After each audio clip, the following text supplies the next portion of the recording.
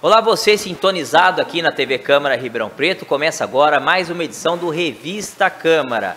Hoje, dia 14 de julho de 2023. É o 195º dia do ano no calendário gregoriano. Faltam exatamente 170 dias para acabar 2023.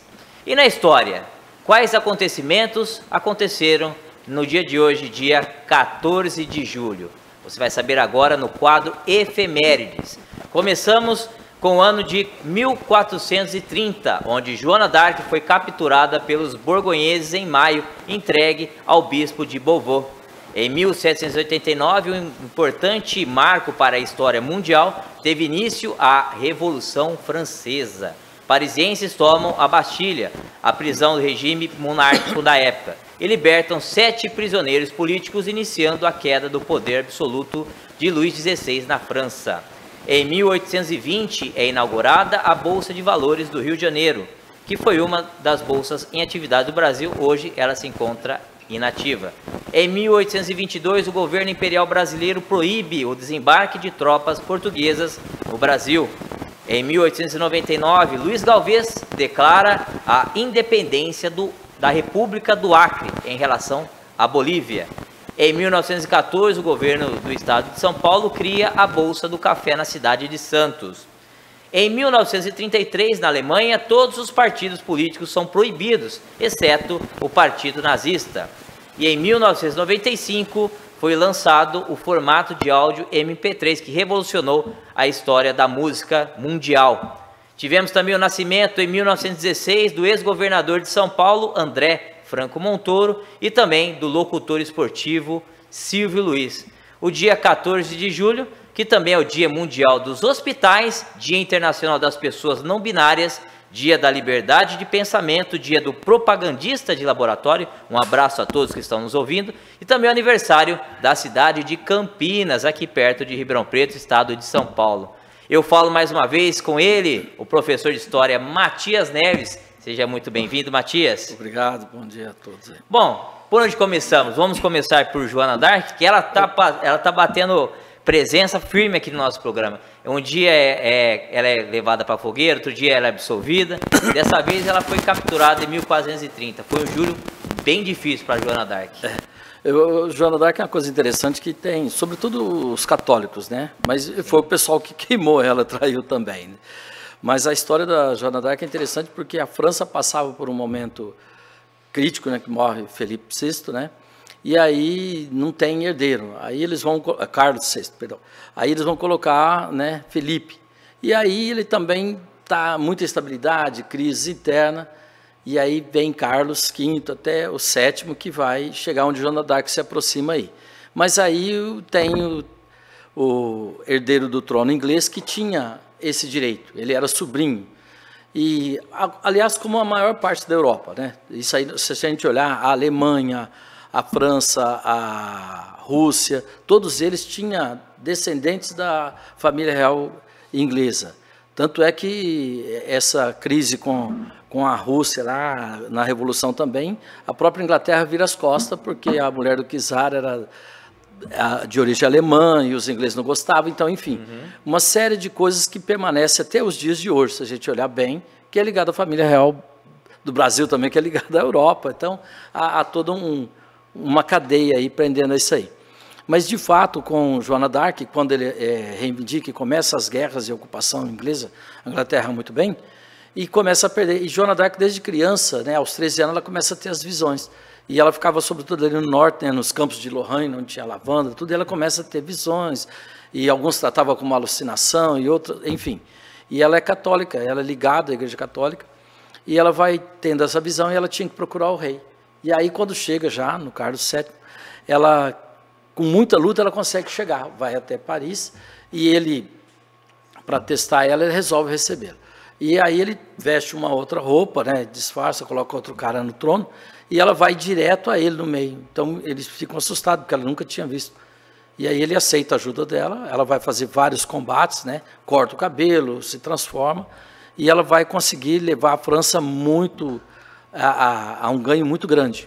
E aí, quando o Carlos já está estabilizado e tudo, Para negociar com a Inglaterra até chegar a Paris para reivindicar o trono, eles fazem acordo com os ingleses. São traídos e tudo, aí a elite acaba entregando, né, aos desejos dos ingleses, e entrega Joana d'Arc também, para ficar de bem, fazer um acordo. E aí os borgonheses vão levá-la à fogueira, né? E ela morre falando Jesus. E passado um tempo ela se torna santa da própria Igreja Católica, a qual condenou a fogueira. São as coincidências, né, que a vida sempre nos reserva. E a gente está falando da França, de Joana d'Arc, e tivemos aí um fato marcante que mudou, né, até a terminologia da história, de Idade Média para Idade Moderna, que é o caso da Revolução Francesa com a queda da Bastilha em 1789. Um marco para a história mundial, não só da França. Sim. Né? Aliás, é do mundo, né, que a gente vê, vai influenciar tanto nos Estados Unidos, no Brasil, no mundo inteiro. A ideia, né, da liberdade, igualdade, fraternidade, essa visão francesa. Mas mesmo com a Revolução Francesa foi importante, tirou o absolutismo, mas não podemos esquecer que até hoje, né, a elite manda ali. Então as revoluções, quando elas estão para acontecer, ela é feita por uma elite, de um interesse ou outro. Igual a proclamação no Brasil. Só um adendo, né, Matias? Foi nessa época que também começou a surgir as discussões de direita e esquerda, né? Sim, aí tem, né, o Sans-Culotte, né, que vai falar os sem calças, né? O pessoal, enfim, vinha desde das condições socioeconômicas, né, quando eles ficavam à direita e à esquerda. Pelo fato do povão ficar à esquerda, né, também nas reuniões e tudo, e acaba criando essa ideia de direita e esquerda.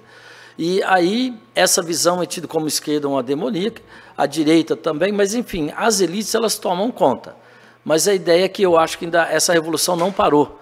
Essa é uma evolução que tende a melhorar. Ela tem que melhorar. Porque se o mundo não for para todos, não será para ninguém. Isso é bem claro. Isso não tem jeito. O mundo tem que fazer uma reunião, porque esse planeta é uma casa. O que acontece aqui, acontece lá. Nós estamos vendo essa crise na Ucrânia, aí a coisa é complicada. Então não dá para ficar culpando um ou outro, nós temos que assumir a nossa responsabilidade e começar a conversar mais, não ser uma linha dura, uma ditadura, porque ela vai complicar para todos, ou de direita ou de esquerda. Bom, outro fato importante, Matias, para a gente debater, que em 1899, Luiz Galvez declara a República do então, né, República do Acre, como independente da Bolívia. Hoje o Acre que faz parte aí do nosso país. Olha, isso é interessante, ele é um espanhol, né, passa por várias etapas, mas vamos correndo aqui para dar um tempo. E ele declara a independência naquela região muito importante, ela tem uma riqueza natural, até hoje, em grande parte até desconhecida por nós brasileiros, e depois isso entra em conflito, porque nessa região também vão muitos migrantes brasileiros para aquela região. E aí ela vai ficar muito forte com a exploração da borracha, sobretudo o pessoal da região Nordeste. Então, essa população que ocupa de brasileiros, eles acabam formando um exército ali, naturalmente, né, em defesa disso. E aí o governo brasileiro intervém, que nem o Acordo de Petrópolis, onde é assinado, né, e vai comprar essa região, vai indenizar a Bolívia. Até tem um dito popular aí que é meio estranho, que o pessoal fala que deu um cavalo em troca. Isso é mentira, isso é uma grande calúnia, difamação, que hoje a gente chama aí de fake news, né? Mas isso é uma mentira em cima do povo da Bolívia também e até para o próprio povo brasileiro. Foi uma série de acordos. Sim, né? E é uma questão que até hoje o pessoal da Bolívia não engole muito, porque o Brasil, querendo ou não, é um gigante aqui na América do Sul. Né? Hoje a gente fala que o Brasil é um líder sul global e não tem como tirar isso de nós. A história caminha para isso e não vai ser retirado. Mas essa questão da Bolívia, né, a nossa relação com a vizinhança aqui, ela é meio ingrata. Mas aí fica para um outro momento a gente discutir que o brasileiro não é tão bonzinho assim, de jeito nenhum. Ninguém é, com certeza. Não. Bom, para a gente finalizar, tivemos em 1933 na Alemanha a extinção de todos os partidos políticos, né, a proibição das suas atividades, com exceção de quem? Do partido nazista, que estava aí ascendendo o poder e que ia resultar anos depois na Segunda Guerra Mundial. É um partido nacionalista, essa é outra briga, que todo mundo fica direita, esquerda, mas falando, né, seria aí no Estado Nacional, é um partido de direita, não dá essa discussão, não cabe discussão para isso. O próprio governo alemão já falou, e aí tem brasileiro desmentindo o próprio governo alemão. Então fica uma coisa meio cruel. Mas a questão aí que surge esse Estado, porque a Alemanha também estava as crises provocam mudanças. Sim. Elas provocam mudanças e aí onde aquela população é excluída, ela vai se incluir, ela ganha força. E no caso do Hitler, né, ele vai buscar, ele passa pela Primeira Guerra, ele não morre, então não nasce só assim, o Hitler tem a ideia. Essa ideia floresceu porque muita gente pensava assim, como tem hoje no mundo inteiro, e sobretudo no Brasil, esse pessoal com esse pensamento. Mas o pensamento deles é uniforme, né, para todos. Então a questão desde vestimenta, desde partidos, que seria só eles pensar assim, aquela coisa, quando eles se fortalecem com as milícias dentro de organizações classistas, né, e essas milícias vão fortalecendo Adolfo, o Hitler, né, conhecido aí, que vai trazer essas mudanças violentas, aí acaba a perseguição com o povo judeu, com o povo cigano, com negros, gays, né? Todo esse povo é hostilizado pelos nazistas. Questão religiosa também, que eles não aceitam muito, embora Hitler era um cristão, né? Todo fervoroso, ia na igreja católica, então há controvérsias aí. Mas essa mudança que ele faz, uma das primeiras foi perseguir o Partido Comunista, que é um partido também que luta pelas causas do país, mas a perseguição a todo e qualquer partido, sobretudo a perseguição aos comunistas. Acabou culminando nesse fato aí, né, fechamento das atividades dos demais partidos. O Reichstag vai ser fechado, perseguido. Eles colocam, até tem uma passagem, um momento para correr atrás, onde muitos fugiram para a região da Rússia, lá, hoje lá na União Soviética, na época.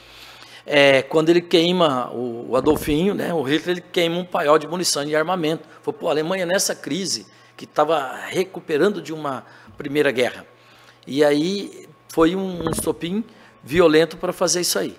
E diga-se de passagem que a gente sabe muito sobre os judeus, mas os ciganos, um comentário à parte, que eles já eram perseguidos antes e até hoje, no mundo inteiro, e sobretudo na Europa, são muito hostilizados. É uma coisa que a humanidade precisa repensar aí na exclusão de muitos, como acontece aqui no próprio país, né? O nosso Brasil aqui é complicado. Tá certo, portanto, aí passamos aí pelos acontecimentos, fatos do dia 14 de julho. Eu agradeço mais uma vez, Matias, pela sua presença, pelo seu conhecimento, pelos seus ensinamentos aqui no nosso programa. Eu agradeço também, peço desculpas, às vezes fico meio assim, né? Mas é muita coisa para detalhar, mas as pessoas sabem que tem muito mais que isso, né? Falou, muito obrigado.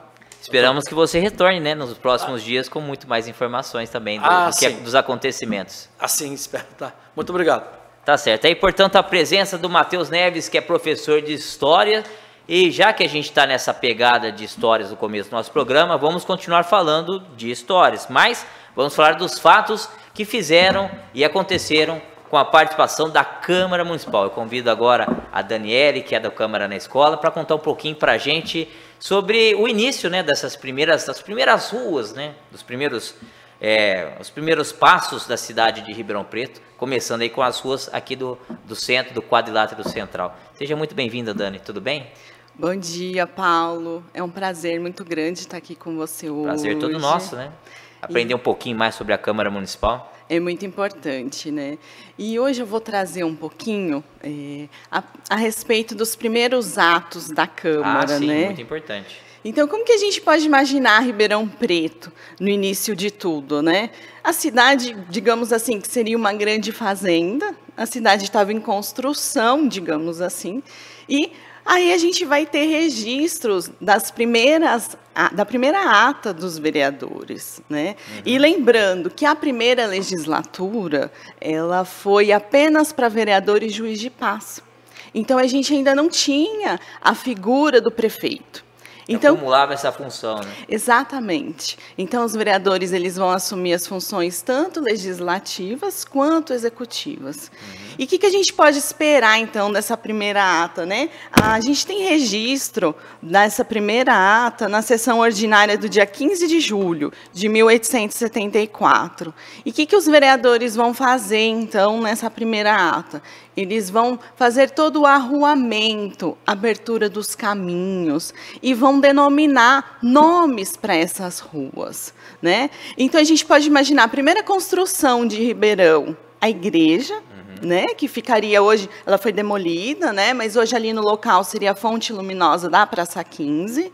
E daí seriam os primeiros quarteirões, as primeiras casas foram construídas em volta, né, que é chamado Largo da Igreja Matriz. E depois, Paulo, os primeiros quarteirões vão surgindo em volta da igreja, né? Que seria ali aquele quadrilátero central, ali próximo ao Teatro Pedro II. Entendi. Outra coisa que eles fizeram também nessa primeira sessão ordinária foi a construção de um cemitério, definir onde seria, né, o mercado municipal da cidade. Você sabe mais ou menos onde seria o cemitério, só por curiosidade? Então, na verdade, eles estavam discutindo esse tema. Eu não sei a localização exata, assim. Eles também estavam discutindo onde seria a sede da Câmara Municipal. Mas eu falo, a cidade não tinha cemitério. Eles estavam começando do zero. Exatamente. Então, construir também um mercado municipal da cidade. Ou seja, a cidade não tinha nada. Então, precisava ver toda essa questão de infraestrutura básica de uma cidade. Sim. E também eles definiram, além do mercado municipal, a cadeia pública. Então, olha só. Essa não podia faltar. Exatamente. Então, assim, a cidade não tinha nada. Vamos começar do começo. A gente tem também um registro do primeiro mapa da nossa cidade, que esse mapa é de 1884. Olha só. E para a gente ter uma ideia, o primeiro mapa tinha uma folha, né? Pensa, a cidade no início de tudo. Tinha nada, né? Hoje, o nosso mapa atual tem mais de 20 páginas. E ali naquele mapa aqui que a gente vê a Praça 15, né, no centro, e os primeiros quarteirões que vão surgindo. Que hoje seriam aquelas ruas que fazem, que contornam a praça. Exatamente. A Avenida a Rua Duque de Caxias, Amador Bueno, ali aquele quadrilátero central. E também, Paulo, eu queria ressaltar um fato histórico muito importante que ocorreu numa sessão um ano após, né, que foi na sessão de 16 de novembro de 1875, que a Câmara organizou a vacinação de toda a população aqui de Ribeirão Preto contra a varíola. Estava tendo uma epidemia de varíola aqui na cidade e a Câmara foi responsável por organizar essa vacinação, né? Como a gente não tinha a figura do prefeito, a Câmara que organizou essa vacinação de todos, né, os moradores aí contra a varíola. Imagina só naquela época, né? Ainda não tinha a medicina tão desenvolvida, já tendo que começar a cidade a lidar com um surto desse. Exatamente, exatamente. E assim, a gente tem registros que naquela época, febre amarela, varíola, matavam muitas pessoas, né? Sim. Porque não tinham... não tinha muito desenvolvimento ainda. Exatamente, não tinha os recursos da medicina que a gente tem hoje, né? Então, morria-se muita gente. Então, foi muito importante essa conquista de vacinar a população contra a varíola, né? É muito importante aí essas informações. Então, a gente pode, nesse momento, mapear que começam as primeiras ruas, né, os primeiros quarteirões de Ribeirão Preto, sempre rodeando, né, como assim, praticamente toda a cidade brasileira inicia com a construção da igreja, né? Na sequência, são desenvolvidos os quarteirões, né? Você já percebeu que cada cidadezinha que a gente vai sempre tem uma igreja grande? Então, o coreto da praça. Exatamente. Tinha também em Ribeirão, né? Devia ter, né? Eu brinco com os alunos que eu falo que o único local de lazer era a Praça 15 na época, né? Porque não tinha shopping, não tinha nada, né? Para o pessoal ir, para os moradores irem. Então, o lazer, vocês já foram naquelas cidades pequenininhas, né? Que todo mundo se reúne na praça e tem aquela igreja grande? Sim. Então, o Ribeirão era assim também. Vinha todo mundo para a praça, né? Se reuniam na praça e era o momento de lazer deles, a praça, né? É claro, tinha o Teatro Carlos Gomes, que depois foi demolido. Perdemos também, né? Esse patrimônio. E depois a gente pode falar um pouquinho mais sobre isso, né? Senão a gente vai se estender muito aqui. Vamos guardar para a próxima participação, que tem muitos fatos, Câmara Municipal, quase da idade de Ribeirão Preto, né? Quase. Exatamente. 170 anos de Câmara Municipal, então a gente vai trazer a cada programa um pouquinho mais sobre a história da Câmara Municipal de Ribeirão Preto, que também é a nossa história, a história da nossa cidade. Exatamente. Dani, muito obrigado pela sua participação. Obrigada a você, Paulo. E a gente tem um encontro marcado, então, que nas próximas vezes você trazer muito mais informações aí dos bastidores da história da Câmara Municipal. Combinado, Paulo, será um prazer, viu? Tá certo, muito obrigado. É a participação da Dani, que é do projeto Câmara na Escola, que faz esse trabalho magnífico com as crianças da nossa cidade, falando um pouquinho da Câmara Municipal de Ribeirão Preto. E já que falamos com ela sobre as ruas do quadrilátero central, o repórter André Luiz de Jesus, na série produzida por ele chamada Sua Rua, fala sobre as ruas Álvares Cabral, Tibiriçá, Visconde de Inhaúma e Barão do Amazonas. Confere aí.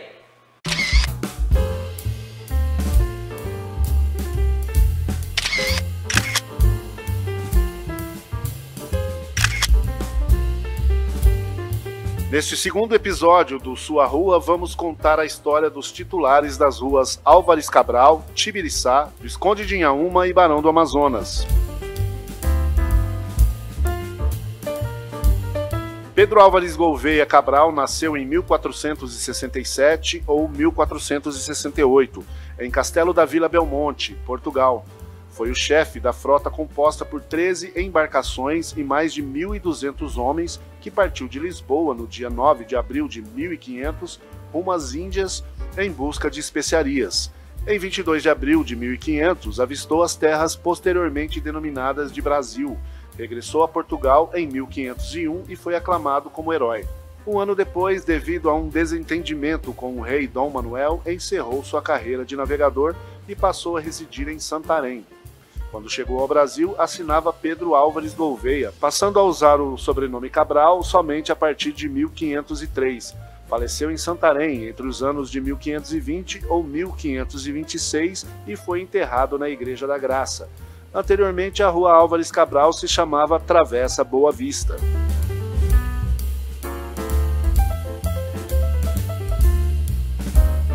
Jorge Tibiriçá nasceu em Paris, na França, em 1855. Filho de João de Almeida Prado Filho e Perline Ebeler, era doutorado em engenharia agrônoma e filosofia.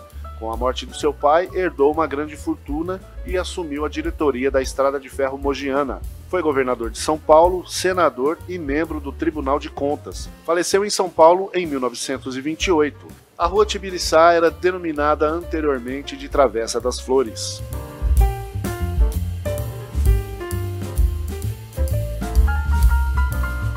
Joaquim José Inácio, o Visconde de Inhaúma, nasceu em 1808 em Lisboa, Portugal.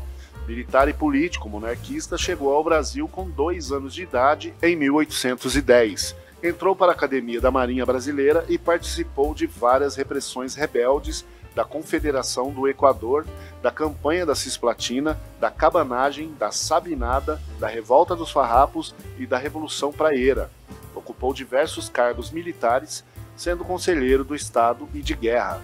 Tornou-se ministro da Marinha, comandou a esquadra militar na Guerra do Paraguai e recebeu o título de Visconde de Inhaúma pela passagem de Humaitá em 1686. Faleceu em 1869 no Rio de Janeiro. A rua era chamada antes de Travessa das Dores.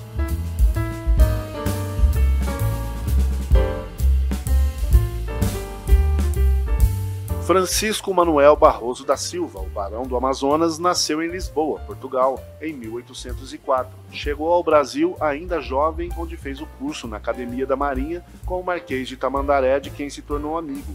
Ainda com o nome de Almirante Barroso, foi o comandante que conduziu a Armada Brasileira à vitória na Batalha do Riachuelo durante a Guerra do Paraguai. Participou também das campanhas do Rio Prata, no Pará, e combateu a Revolta dos Farrapos. Em 1866, foi condecorado com o título de Barão do Amazonas. Constituiu família na cidade de Montevidéu, no Uruguai, onde faleceu em 1882. Após sua morte, seus restos mortais foram enviados para o Rio de Janeiro e depositados em um monumento em sua homenagem na Praia Russell. Antes de se denominar Barão do Amazonas, a rua era chamada de Travessa da Laje.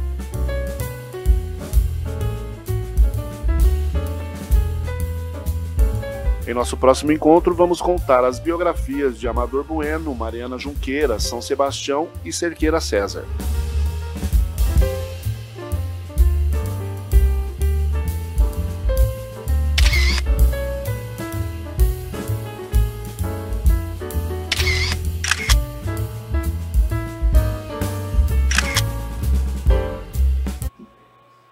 E agora eu recebo aqui nos nossos estúdios o Marcos Amoner, que é consultor de lei de LGPD, vai falar um pouquinho sobre a Lei Geral de Proteção de Dados. Essa lei que foi aprovada em 2018 e entrou em vigor em 2 datas, em 2 etapas. A primeira a partir do dia 18 de setembro de 2020 e a segunda no dia 1º de agosto de 2021. Portanto, aí uma lei recente, um debate recente, ainda está iniciando essa questão aqui no cenário brasileiro. Marcos, seja muito bem-vindo ao nosso programa. Vamos começar pelo básico, né? O que rege a Lei Geral de Proteção de Dados e o porquê da sua importância e da sua discussão? Bom, primeiramente, Paulo, quero agradecer o convite, né? Que a gente possa trazer um pouco mais de luz aí sobre esse tema tão importante. É uma questão até de cidadania, né? Essa legislação, ela vem justamente dar poder, né? Vem proteger quem? Justamente as pessoas físicas que fornecem os seus dados pessoais, e não é só o seu nome, mas também a sua raça, o seu comportamento, a sua opinião religiosa, afiliações a sindicatos, partidos políticos, né? Naquele momento ao qual tem um tratamento sendo feito com o dado dele, que tem um objetivo de fornecer ou oferecer bens e ou serviços, tá? E por que tudo isso, né? Porque, obviamente, a gente tem percebido uma constante problemática nesse ambiente. Apesar de a gente ter acesso a muita informação, nem sempre as informações elas são claras, elas são exatas, né? E tem por trás de tudo isso que a gente constantemente vê na mídia. Vazamento de informações, pessoas recebendo golpes, o aposentado que acaba recebendo a informação de que ele acabou de ser aposentado pelo oferecimento de um consignado e não pelas organizações que tratam disso, né? Dentre outras tratativas todas aí equivocadas. Quem nunca recebeu uma ligação dessa, né? Exatamente. Puxa, eu nunca tive em contato com essa instituição, como que ela tem o meu contato e está me procurando? Então, esse compartilhamento de informações sem a nossa autorização, sem esquecer da venda de dados, né, de comportamentos também que tem ocorrido muito. E aí vem a pergunta, está nas mãos de quem as nossas informações?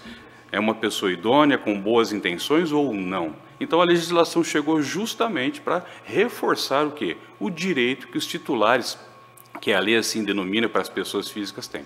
Por isso que você chama, né, proteção de dados, justamente proteger as pessoas que sejam vítimas desse tipo de serviço e ter seus dados expostos, né? Exatamente. Em reforço à legislação, em fevereiro do ano passado, inclusive, houve uma mudança na nossa Constituição. Justamente no artigo, né, mais forte, que é o artigo 5º, trouxe para dentro do artigo que direito à proteção de dados pessoais e privacidade. Por que o artigo 5º? É onde estão as garantias e direitos fundamentais de todos nós brasileiros. Então isso é muito bom. Bom, eu queria perguntar para o senhor por que é um tema que foi abordado, a gente vê que essa lei é recente, porque é tão atual, tem a ver muito com o avanço das tecnologias, as pessoas de posse de tantas informações que hoje, que a gente estava até conversando em off, que essas informações chegam rapidamente graças ao avanço da tecnologia, trouxe esse problema em uma escala maior do que antigamente? Sim, né? Porque tem uma ausência ali de regras, de controles, de transparência, né? Eu acho que tem muitos benefícios em tudo isso que a gente está vivendo. A quantidade de informação que nós temos hoje, de forma gratuita, você tem alguns fornecedores aí que você tem direito a uma série de ferramentas de forma também gratuita, sem pagar nada. E eu sempre faço uma pergunta quando eu estou fazendo esse trabalho com meus clientes, né? Você nunca se perguntou por que está te dando tudo isso sem te cobrar nada? É porque, na verdade, você é o produto. Então, eles estão querendo te conhecer, querendo justamente coletar todas as informações de você. Uma armadilha. Exatamente, porque tem alguém lá no mercado interessado em comprar tudo isso. Tanto é reforçada essa questão que, se você analisar as empresas mais valorizadas no globo, né, são as de tecnologia ou de consumo global, que justamente, né, movimentam uma quantidade grande de informações que são dados pessoais também. Bom, a gente trabalha num órgão público, como é que essa lei ela incide num órgão público? Que tem acesso, né? Geralmente os órgãos públicos têm acesso aos dados, né? A gente tem vários sites como gov.br, vários sites que têm acesso aos dados da população. Como é que essa lei ela pega para cima das instituições públicas e qual que é a diferença em relação também às privadas? Não tem muita diferença, não, né? Vamos dizer assim, o tratamento é feito com dados pessoais, independente se é o órgão público, se é uma empresa privada, se é uma pessoa física, desde que tenha aquele fim econômico, tá? Tem que haver, né, uma correção com relação aos preceitos da lei, né? O que tem é que, para a área pública, né, existe até artigos exclusivos. Um pouco mais de atenção é dada pelo próprio volume de dados pessoais que tem dentro de uma área pública. Você tem a parte de saúde, educação, ação social, a parte tributária. Então, existe um volume considerável, né? Agora, o que ocorre? Desse trabalho todo de identificar quais são esses dados, como tem que ser tratado, este é o grande desafio de todas as instituições, que começam já pelos próprios funcionários. Os dados dos funcionários, dos servidores municipais nos entes públicos também precisam ser tratados conforme a lei assim o determina. Então, é uma mudança de cultura, né? Provavelmente muitas áreas de todas as organizações serão afetadas, haverá necessidade de romper com alguns vícios, com alguns procedimentos, processos já enraizados, mas é algo também positivo. É o momento de uma revisão saudável, sim, de talvez melhorar, trazer mais segurança, mais confiança, uma documentação até que não se existia, para que a gente possa justamente começar a trazer os direitos do cidadão brasileiro, tá? Perante o que a lei coloca 10 princípios, inclusive, né? O princípio da necessidade, da finalidade, transparência, como eu disse, segurança. Então, é esse o foco que precisa ser dado a todas as organizações. Como é que o senhor avalia o atual estágio dessa lei? O senhor acredita que ela já contempla bastante artigos sobre o que é necessário ser debatido ou ela precisa avançar mais? E como estamos em relação aos outros países do mundo? Não, eu acho que tem muito ainda a avançar, tem muita coisa para ser regulamentada na legislação ainda, mas tem um ponto muito positivo dela. Foi criado um conselho de 35 membros, que são representantes de vários segmentos da nossa sociedade, que esses vão justamente trazer à discussão qual é a aplicação da lei, que experiência, né, foi coletada desta aplicação para que a lei possa passar por um processo de evolução gradual. Então, eu acredito que vai acontecer. A legislação brasileira ela foi inspirada na legislação da União Europeia. Só que a União Europeia, os países individualmente já tinham leis de proteção de dados desde a década de 70. Então o Brasil está engatinhando nesse processo todo, tá? Mas é obviamente que está muito bem estruturado. Foi criada a Autoridade Nacional de Proteção de Dados. Ela acabou de nortear com relação a como ela fiscalizará, como ela aplicará as multas. Recentemente, semana passada, houve a aplicação da primeira multa. E nós tivemos 2 anos de pandemia. Isso atrapalhou um pouco todo esse cenário. Mas, né, nós precisamos retomar todo esse trabalho, fazer um processo de conscientização como esse que estamos fazendo aqui nesse momento, né, para que justamente todos os envolvidos tenham condições de adaptar. Em relação aos demais países, é aquilo que eu te falei. Alguns países estão mais avançados. E, por incrível que pareça, os nossos vizinhos na América do Sul, mais avançados que o Brasil. Tem legislações desde a década de 90. Temos que correr. A nossa é quase ano 2020, né? Década de 20. Exatamente. Mas é aquela história, antes tarde do que nunca, né? O importante é que seja iniciado, que tenha realmente seja feito um bom trabalho, né? Que esta oportunidade da sociedade poder participar, poder se manifestar é muito positivo, que vai trazer o quê? Uma evolução, né? Como se diz, com qualidade. Evoluir a legislação realmente com como que foi aplicado, qual a experiência dessa aplicação. Isso é muito importante. Tá certo, então eu agradeço aí ao Marcos Zamoner, que é consultor em LGPD e com certeza vai participar aqui do nosso programa mais vezes, porque é um tema que ele abre um leque para outros temas que são entrelaçados. A gente estava até conversando em off sobre a questão do comércio mundial, como afeta essa lei, também afeta a questão do Brasil, e a gente espera que o senhor volte trazendo mais detalhes sobre isso, e muito mais sobre a Lei Geral de Proteção de Dados, que ficou mais evidente, a gente pode até perceber o senhor falou sobre a questão da pandemia, ela ficou mais evidente ainda, porque isso aumentou o acesso à internet, a exposição dos dados, e o risco também para o consumidor acabou sendo até maior. Paulo, fico à disposição, eu que agradeço o convite. Eu falo que nesse momento a gente faz um processo de evangelização, né? É uma catequese. Exatamente. Tá certo, Marcos, eu agradeço. E a gente vai falar agora um pouquinho sobre vagas de emprego, porque infelizmente, né, Marcos, temos aí muitas pessoas que ainda estão buscando a recolocação no mercado de trabalho. E o Eric Schultz tem aí um pouquinho aí para falar para a gente de algumas vagas que abriram aqui em Ribeirão Preto. Vamos lá, vamos conferir com o Eric.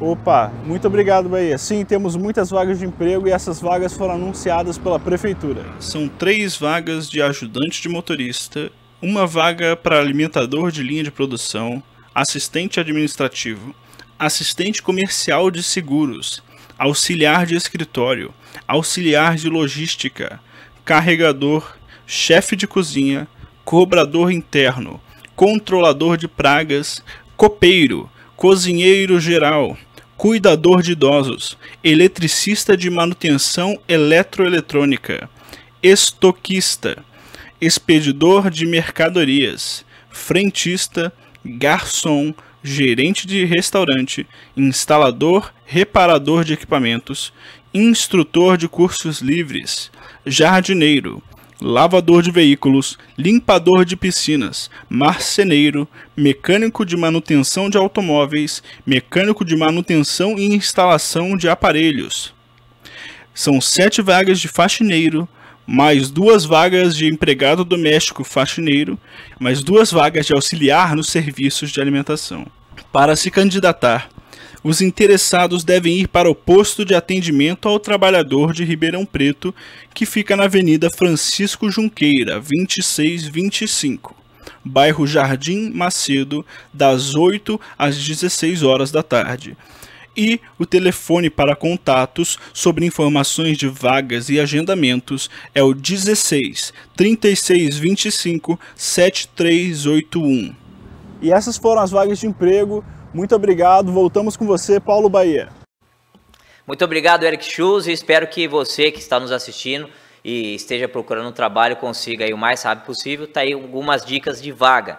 E agora o nosso programa recebe o vereador Marcos Papa. Vereador que está na rua, que o trabalho não para. A gente está entrando no recesso legislativo, mas o vereador está na rua, não é isso mesmo, vereador? Seja muito bem-vindo. Obrigado, Bahia. Você me ouve bem? Como é que tá o som aí? Tá tudo certo, estou ouvindo claramente e agradeço mais uma vez a sua participação. E a gente começa perguntando, e aí, vereador, quais são as novidades? Onde o senhor está nesse momento? E qual que é o balanço aí que o senhor faz das questões do gabinete nesse primeiro semestre que se encerra oficialmente hoje? Obrigado, Bahia. Eu estou aqui na majestosa Biblioteca Sinhá Junqueira. Estava fiscalizando o nosso centro da cidade aqui. Uma situação muito ruim, né? Que são os parquímetros. Uma coisa horrorosa que a Prefeitura de Ribeirão Preto permitiu a instalação aqui no centro da cidade. Veja você, Ribeirão Preto tinha aqueles medievais talõezinhos da Zona Azul que precisavam realmente ser aposentados.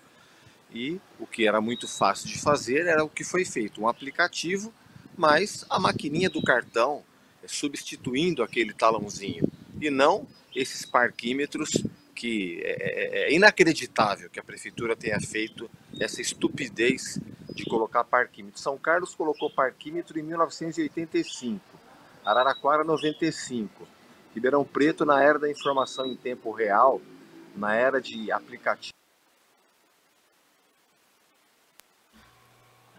Acho que a gente teve algum problema de contato, então vamos fazer o seguinte, vamos para um rápido intervalo, a gente tenta retomar esse contato com o vereador Marcos Papa e damos também sequência ao programa, tá bom?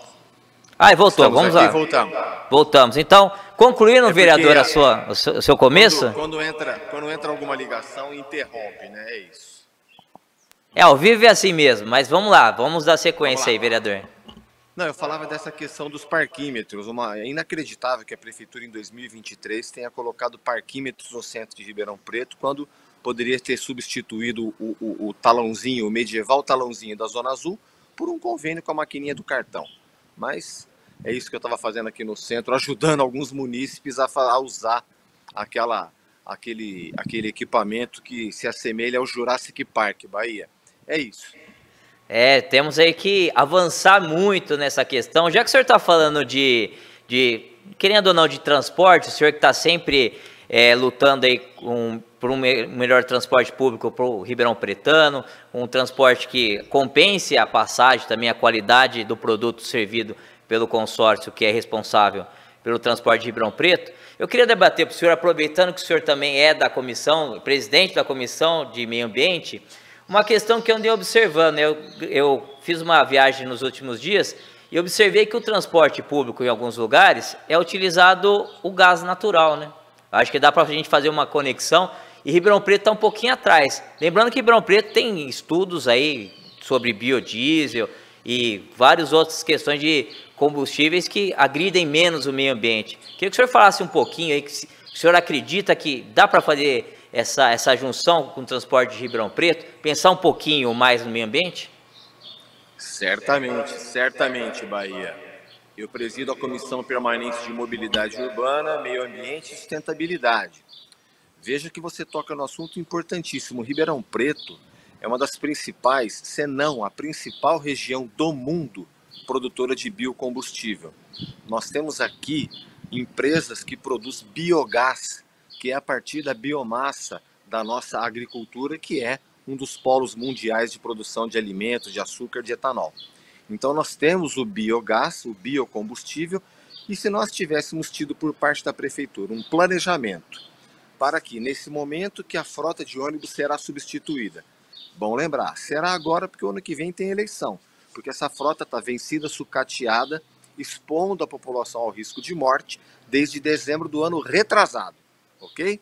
Então tivesse a prefeitura se planejado, né, essa administração está indo para o último ano, não é o primeiro ano. Poderia ter procurado fabricantes de motores, né? Poderia ter procurado fabricantes de motores, bem como fabricantes de biocombustíveis, para que nós tivéssemos uma frota moderna e que fosse sustentável. A prefeitura, socorrendo as empresas de última hora, porque o ano que vem tem eleição, vai contratar uma frota movida a combustível fóssil. Esse motor Euro 6 que estará dentro desses ônibus não é por determinação da prefeitura, e sim do Conselho Nacional de Meio Ambiente, o CONAMA, que proibiu produção de motores como esses que poluem e prejudicam a saúde do Ribeirão Pretano. Então, terá sim o Euro 6 por determinação do Conselho Nacional de Meio Ambiente. Bom, terminando a nossa inquirição, nosso questionário ao vereador, né, a gente tem que fechar o semestre falando da Comissão de Transparência, para a gente poder encerrar, vereador. O que o senhor pode falar dos trabalhos que foram realizados nesse primeiro semestre? Nós temos cobrado a mesa diretora e vamos reforçar para que isso seja feito junto à presidência.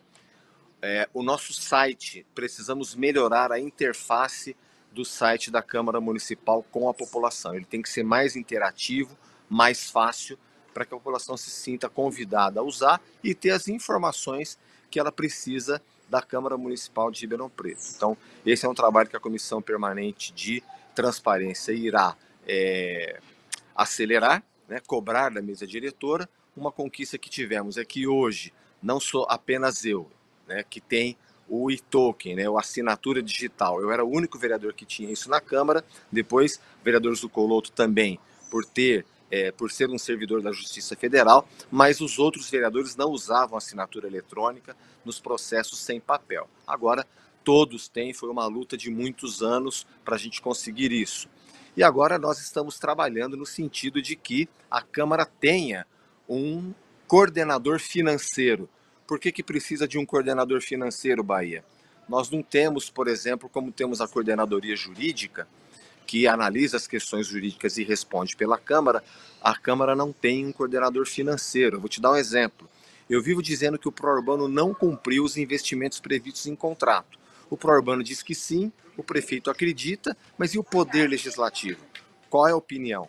Nós temos que ter um analista financeiro, um coordenador financeiro, para analisar essas questões e disponibilizar relatórios para os outros vereadores. É isso que é um poder.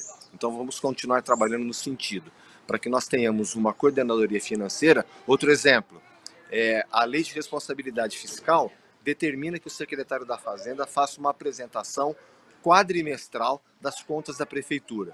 Nós temos uma experiência pequena e sempre pedimos a ajuda dos professores da Faculdade de Economia e Contabilidade da USP. mas somos um poder dessa cidade. A Câmara tem que ter um coordenador financeiro fazendo uma análise profunda e disponibilizando aos 22 vereadores. Nós vamos continuar lutando por mais essa conquista, esse avanço na nossa Câmara Municipal, a serviço da população de Ribeirão e de um bom aproveitamento do orçamento da cidade. Tá certo, eu agradeço, é uma honra conversar com o vereador Marcos Papa, trazendo todos esses detalhes, essas informações e lutando pela nossa Ribeirão Preto. Muito obrigado, Papa, e espero que possamos retomar o contato em breve, quem sabe em outras oportunidades aqui no programa. Maravilha, obrigado Bahia, obrigado Francine, obrigado a toda a equipe da TV Câmara e dizer para a população que o recesso é das votações. O gabinete está aberto, quem precisar falar, o nosso WhatsApp é 99734-1800. Obrigado. Tá certo aí, portanto, agradeço novamente o vereador Marcos Papa, desejando assim um bom trabalho. E agora eu recebo aqui nos nossos estúdios o psicólogo Gustavo de Lázari Bessa para falar sobre psicologia positiva, uma abordagem que se concentra nos aspectos positivos da vida do ser humano. É isso mesmo? Eu falei alguma besteira? Seja muito bem-vindo, doutor. Obrigado, Paulo. Obrigado pela oportunidade de estar divulgando, né, uma abordagem tão importante da psicologia. É isso mesmo, a psicologia positiva, ela se propõe a fazer um novo olhar em relação à mente humana, aos aspectos funcionais, aos aspectos saudáveis do ser humano. Ao contrário, muitas vezes, de toda a pesquisa da psicologia e das várias abordagens que se concentravam no aspecto da psicopatologia. Bom, e essa abordagem, ela olha o ser humano não só na parte interna, todo o contexto também, é tudo analisado. O que o senhor pode falar desse termo? Sim, toda abordagem, né, psicológica que a gente possa avaliar o ser humano como um todo, né, suas inter-relações, o meio social, a forma como ele enxerga o mundo, que é a visão dele interna, e a visão externa de como ele se relaciona com o mesmo, são elementos que a gente analisa na psicologia positiva também, porque o princípio que nós colocamos, na verdade, também aliado a neurociências, é que nós construímos, na verdade, a nossa realidade. E duas pessoas que possam estar convivendo ou sendo criadas no mesmo meio podem ter visões totalmente diferentes de uma mesma realidade. E essa visão faz com que tanto o organismo dela reaja de determinada forma, em termos de produções de hormônios, da bioquímica do próprio cérebro, por exemplo, como também a forma como a pessoa enxerga e se relaciona com o seu meio. A psicologia positiva, ela simplesmente começou a questionar o ser humano na sua visão saudável. Quer dizer, se existem seres humanos que são mais felizes, que a maior parte do tempo, independente das adversidades, eles conseguem lidar com isso de uma forma mais construtiva, o que existe nesse ser humano em termos de composição neuroquímica, em termos de visão de mundo, em termos de virtudes pessoais, de forças pessoais, que faz com que essa pessoa, por exemplo, seja mais resiliente, né? Consiga passar por adversidades e consiga voltar ao seu equilíbrio com muito mais facilidade do que uma pessoa, às vezes, que muitas vezes não é nem questões de posse, questão material. Às vezes a pessoa tem tudo o que ela precisa, mas ela não agradece, ela não reconhece, ela não vê que o que ela tem é suficiente. Isso traz uma insatisfação que gera uma infelicidade. E essa abordagem, eu queria que o senhor falasse mais sobre essa abordagem. Ela é uma abordagem recente ou já há estudos mais antigos que desembocaram hoje? A gente sabe que o mundo está em constante movimentação, constante mudança, e essas mudanças elas se aplicam também ao ser humano, que é a questão da psicologia, no caso aí da questão individual do ser humano, dessas relações, de tudo. Essa abordagem, ela já vem de algum tempo ou já é uma abordagem que desencadeia desses problemas recentes, movidos geralmente por conta dos avanços tecnológicos? Se nós formos comparar com abordagens mais antigas, né, desde a psicanálise, behaviorismo, que é uma abordagens mais centenárias, a gente pode dizer que essa é recente, porque ela foi sistematizada por Martin Seligman nos Estados Unidos, enquanto ele era presidente da Associação Americana de Psicologia. Ele sistematizou a abordagem da psicologia positiva, ele é o sistematizador dessa abordagem no final da década de 90, 97, 98, então é considerado na psicologia muito recente. E com os avanços tecnológicos, hoje monitorando por ressonância magnética, tomografia computadorizada, aparelhos e softwares de neurofeedback, várias tecnologias que a gente tem à disposição, a gente consegue medir isso no cérebro do ser humano. Quanto que ele ativa a área de gratidão e satisfação, quanto que ele ativa a área de insatisfação, de negatividade, porque são áreas que não são ativadas ao mesmo tempo. Uma pessoa não consegue agradecer e reclamar ao mesmo tempo. Ela consegue expressar gratidão ou expressar ingratidão ou não reconhecimento. Então, aquilo que é importante para o cérebro é aquilo que você repete. Tem, inclusive, um exercício muito interessante, né, que o próprio Martin Seligman sistematizou, que ele coloca, se você agradecer, assim que acordar, nos seus primeiros 10 minutos do dia, se você fizer vários exercícios de gratidão, você consegue, ao longo de 21 dias a 30 dias, mais ou menos, que é a prática que a gente determina, você consegue fazer com que o 80% pelo menos do seu dia seja predominantemente também positivo em virtude daquele exercício de gratidão que você fez. Isso é um experimento científico que foram feitos com centenas de pessoas das mais diferentes formas de padrão de pensamento. Então é um exercício diário, é um desafio aí que a gente pode fazer. Condicionar o cérebro, é isso? Isso. Por repetição, o cérebro entende que aquilo é importante. Sim. Se aquilo é importante, ele faz novas conexões neuronais. E aquelas conexões neuronais se tornam uma lembrança que repetidas vezes se torna um padrão. O pensamento gera o nosso sentimento, que gera, através da repetição, um hábito ou comportamento. Então, por que às vezes nossos sentimentos são muito negativos? Porque eles advêm de um pensamento ou de padrão de pensamento negativo. Sim. Muitas vezes o comportamento também é negativo e a pessoa vê o mundo de uma forma, a gente fala cinza, branco e preto, né? A gente não vê cor nas coisas, colorido, né? Não vê o colorido, não vê borboletas, não vê flores. um mundo às vezes como ele está se apresentando a nós, né? Isso acontece porque não foi também praticado. Então a gente é uma programação. É uma programação neuronal também que você pode fazer. E a gente tem que entender o seguinte: a questão da psicologia positiva não é porque nós estamos só vendo o lado bom, o positivo das coisas, porque a gente teve também críticas, né? Toda abordagem, nós recebemos também críticas até para que a gente possa crescer em termos de estudo, né? E não é isso. A questão é, se o ser humano saudável, ele é saudável porque ele pratica algo que faz com que o cérebro dele responda positivamente. Então, como a gente pode fazer também, igual essas pessoas que são saudáveis, que têm uma vida e um bem-estar maior, como a gente pode fazer com que esse cérebro responda de uma forma parecida com isso? E foi comprovado que muda mesmo o padrão de pensamento, muda a forma como você vê o mundo, e você constrói uma realidade totalmente diferente a partir disso. É uma quebra de rotina. Se você quiser quebrar um caminho, né, uma rotina que se segue, você tem que se programar, projetar para isso.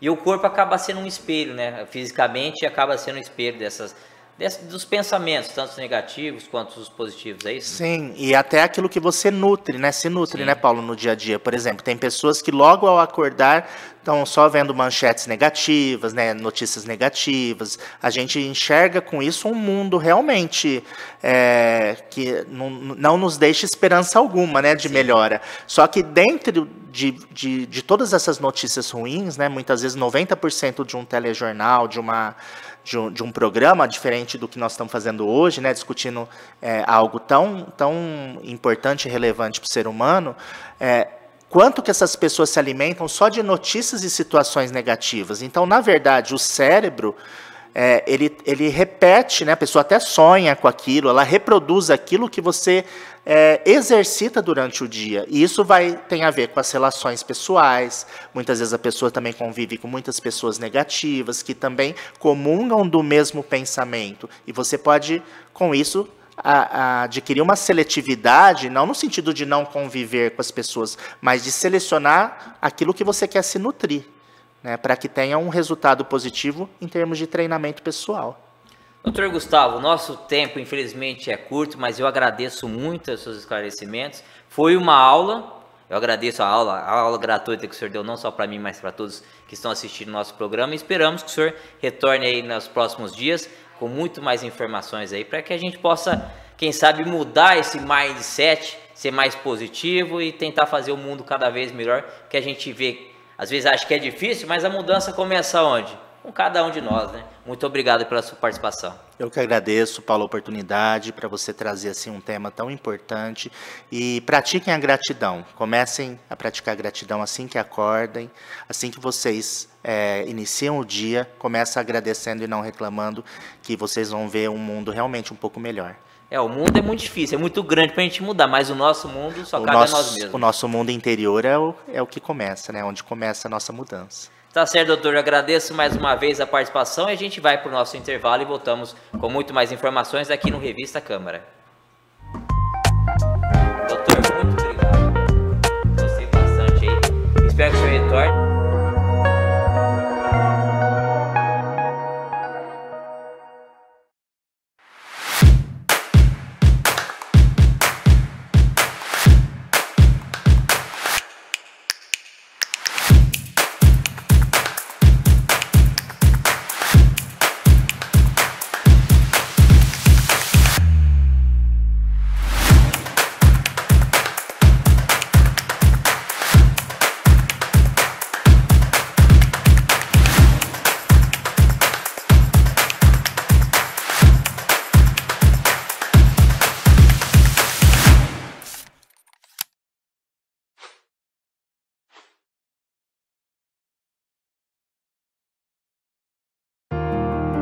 Câmara Solidária. Para aquecer quem mais precisa nesse inverno, os servidores da Câmara Municipal se unem para promover ações em prol a todas as famílias que necessitam neste momento. Nessa ação, serão arrecadados agasalhos e cobertores, e todas as doações serão encaminhadas para o Fundo Social de Solidariedade. Os servidores se unem para contribuir. Venha! Faça parte você também.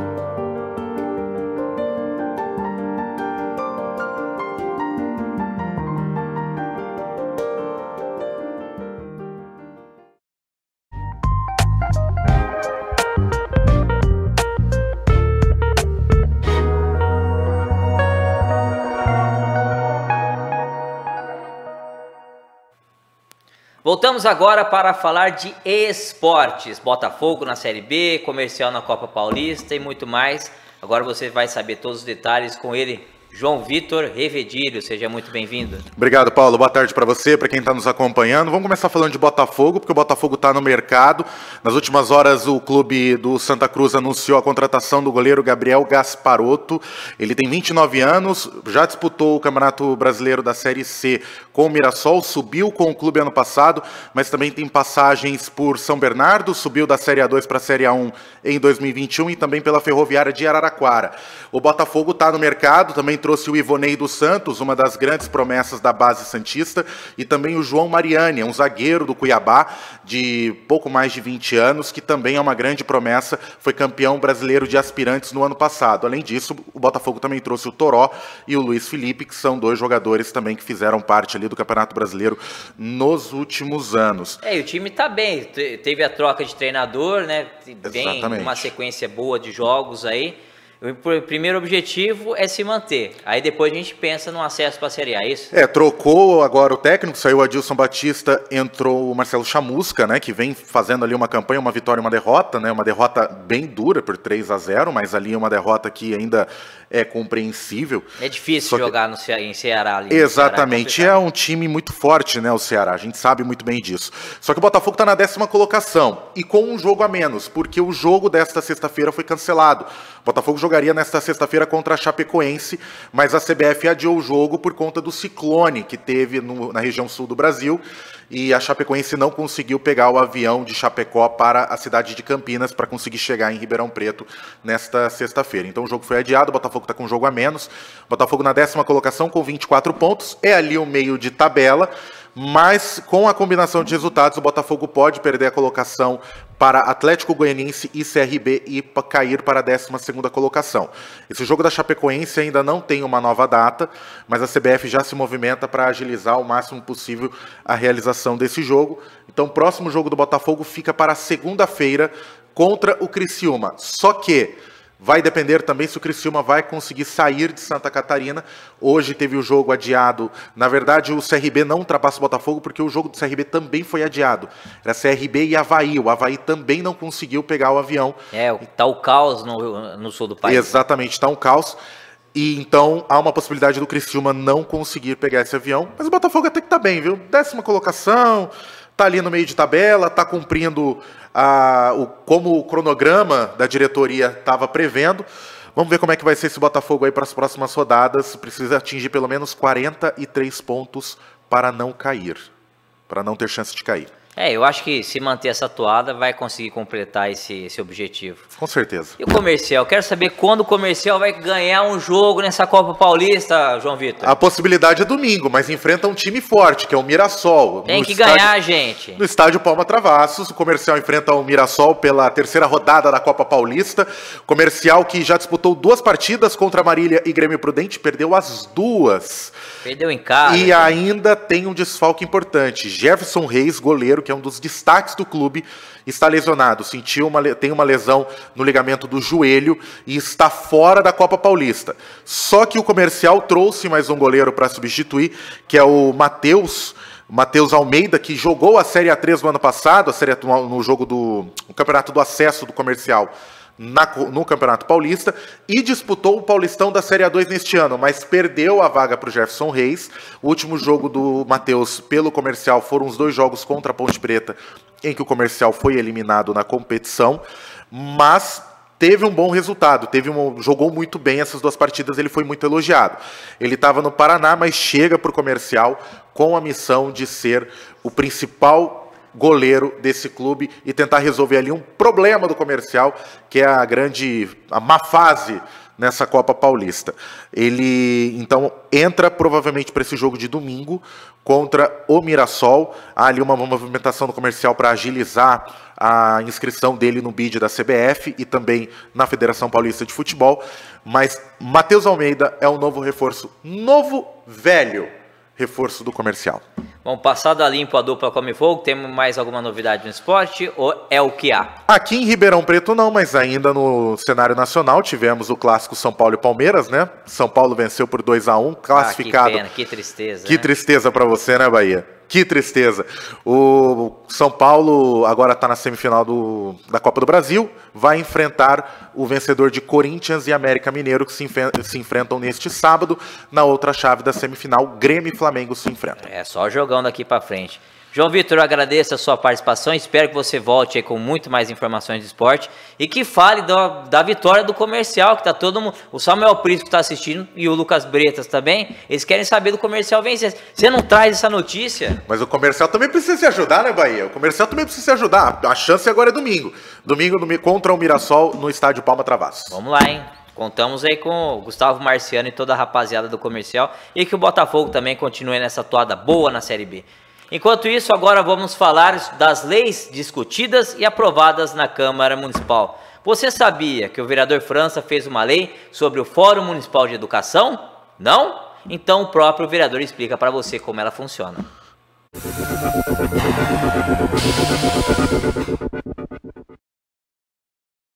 Olá, no dia 29 de maio nós aprovamos nessa casa um projeto de resolução de nossa autoria, que é o Fórum Municipal de Educação Especial, para tratar sobre a inclusão de pessoas com deficiência na nossa cidade. É um fórum super importante, é um assunto muito importante. Nós estamos chamando a população da nossa cidade para vir conosco, discutir esse projeto. A inclusão é fundamental e tem que começar pela educação. Por isso nós apresentamos esse projeto, foi aprovado e o fórum está para ser instalado, já estamos trabalhando essa situação aqui na Câmara Municipal.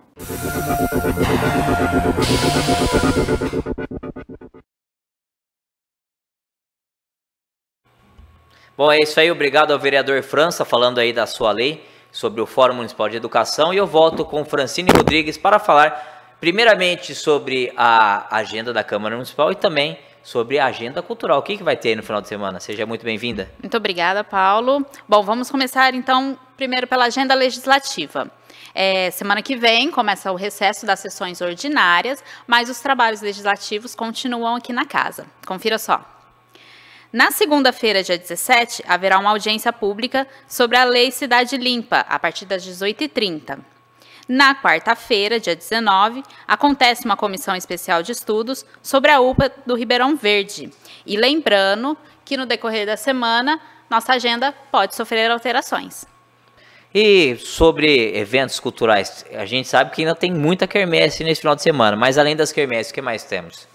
Bom, já que você tocou no assunto de quermesse, eu vou só dar um spoiler, que semana que vem a Prefeitura, a Secretaria da Cultura, está preparando a melhor quermesse que eles já fizeram. Mas só semana que vem eu vou contar. Para essa semana, vamos lá. Uhum. No dia 15? Sábado, isso, amanhã, vulgo amanhã. Teremos o projeto Cultura em Todo Lugar. Este evento vai acontecer no bairro Avelino Palma, com muitas atividades, como oficinas de brinquedos de cultura popular, brinquedoteca, oficina de circo, pintura facial, entre outras atividades. Esse projeto vai acontecer no Campo Avelino Palma, que fica na rua Concheta da Andréia Gual, 681. E também amanhã, no sábado, vai acontecer o projeto Viajando com as Histórias. Esse lindo projeto, que faz a contação de histórias para crianças e adultos, estará na Biblioteca Sinhá Junqueira, ali na área central da cidade, a partir das 15 horas. E também ele estará nesse projeto que a gente acabou de falar, no projeto Cultura em Todo Lugar, lá no Parque Avelino Palma, das 9 da manhã às 11 da manhã. Então, se você é fã de boas histórias, vale a pena participar. Tá certo, eu agradeço, portanto, as suas informações, Francine, e aproveito aqui para a gente encerrar de uma maneira diferente o programa, chamando aí o Vinícius Preto, que ele é rapper, vai falar um pouquinho do seu trabalho, do seu início e das dificuldades, né, de ser um artista, de buscar o reconhecimento na mídia, shows, tudo mais. Seja muito bem-vindo, Vinícius. É um prazer falar com você pessoalmente. Prazer, obrigado aí pelo espaço. Vinícius, como é que surgiu seu interesse por rap? Como é que foi o início dessa carreira aí? E quais foram as suas primeiras dificuldades, né? Eu, quando era criança, eu já gostava de escrever, né? Então, isso já foi um caminho, já acabou ligando pro rap. E em casa sempre ouvi muita música, muito samba. E aí, quando eu fui adolescente, acabei gostando ali de rap. E ali depois, quando eu já fazia a faculdade, que eu sou formado em História também, eu quis ir para a carreira, então já faz quase uns 15 anos aí que a gente está na luta aí do rap, fazendo, escrevendo, fazendo show. E as dificuldades são várias, né? Mas eu acho que a maior dificuldade é divulgação, o trabalho chegar nos espaços, né? Mas eu vejo que o trabalho é o caminho, né? Então, se eu estou caminhando, o trabalho está sendo bem feito aí. E você é daqui de Ribeirão Preto ou veio de outros lugares? Eu nasci em Itaquera, né? Sou de São Paulo. Isso, E tô aqui em Ribeirão já há mais de 7 anos, bastante tempo já. Quanto tempo na estrada também? Então já está dando quase 15 anos aí de música, de rap. Eu também trabalho com produção cultural, sou coordenador de programação ali na biblioteca, na Sinhá Junqueira. Então, eu também trabalho na área da produção artística também. Então, é bem legal estar entre os dois mundos aí. E assim, é uma dificuldade para você poder viver desse trabalho de músico, né, de rapper, né? Isso é assim como todo, a gente pode falar que todo início de carreira é difícil, né? Tem que ter umas 2 ou 3 ocupações até. E eu já trabalhei de tudo um pouco, assim, e sempre fazendo rap, né? E hoje eu tô mais integrado, né, trabalhando dentro da área artística ali da música. Então hoje eu tô mais confortável também e faço algumas coisas mais pensado. Eu acho que quando a gente é novo, a gente quer fazer tudo, conquistar tudo muito rápido, mas eu acho que é uma escada, né? Você vai subindo os degraus aos pouquinhos. E você hoje está com quantos anos e começou aí na estrada com quantos anos? Eu escrevo desde os meus 18, assim. Hoje eu tô sempre. Desde sempre. Quando eu era criança, assim, eu lembro que na escola que eu ganhei um concurso de redação, eu tinha 8 anos de idade. E hoje eu tô com 38, né? Então, lembro que há 30 anos atrás eu já escrevi alguma coisa que tinha alguma relevância, que eu ganhei um concurso na escola de redação. Então, eu acho que isso a gente vai entender depois, mas é parte do processo, né? De escrita, de ser artista. Bom, e todo artista começa com uma inspiração, né? Eu deixo até adivinhar, a sua deve ser Racionais MC. Um pouco. Racionais, total. Racionais, eu acho que foi o grupo que... Foi o primeiro grupo que... Eles revolucionaram a história do rap brasileiro, né? Tem outros que é bem importante, que é o X, que é lá de Itaquera também. Tem vários outros grupos, mas... Eu ouvia muito samba, né? Quando era criança, eu era mais do pagode. Mas aí quando veio a adolescência, aí conheci Racionais, já ouvia, mas...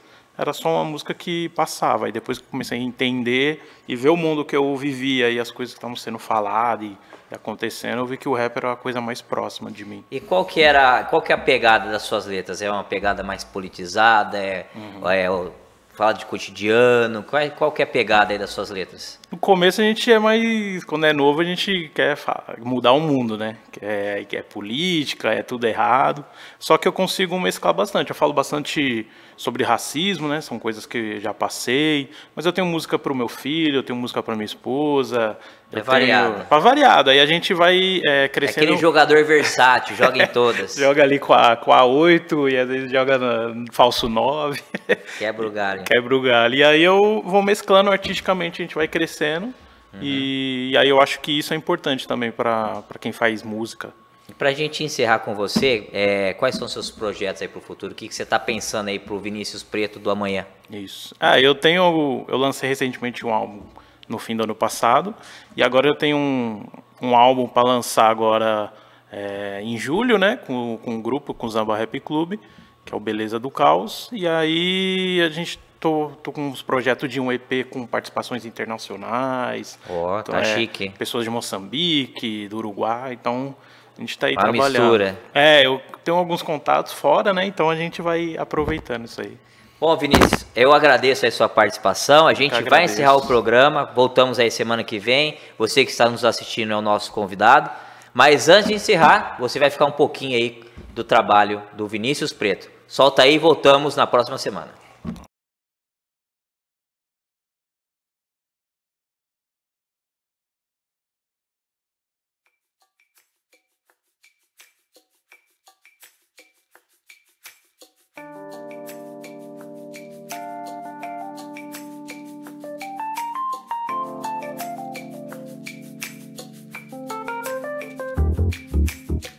Você é poesia pra mim, minha fortaleza quando venho ruim. Pele lis da noite reluzente, sua beleza te deixa mais atraente.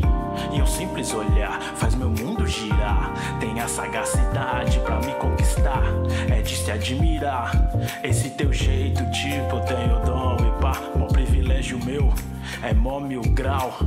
Essa pretinha, presente de Deus e tal. Ainda lembro aquele dia, uma estrela passou. Fiz um pedido, tá ligado? Então você chegou.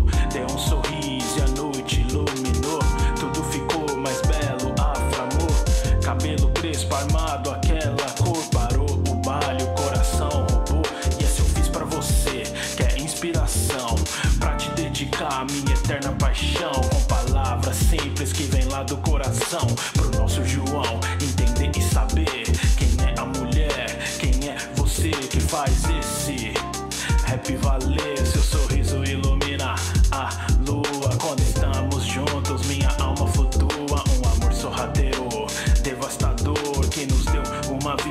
festa, amor, ela é aquário, é carnaval. Mulher preta, sorrindo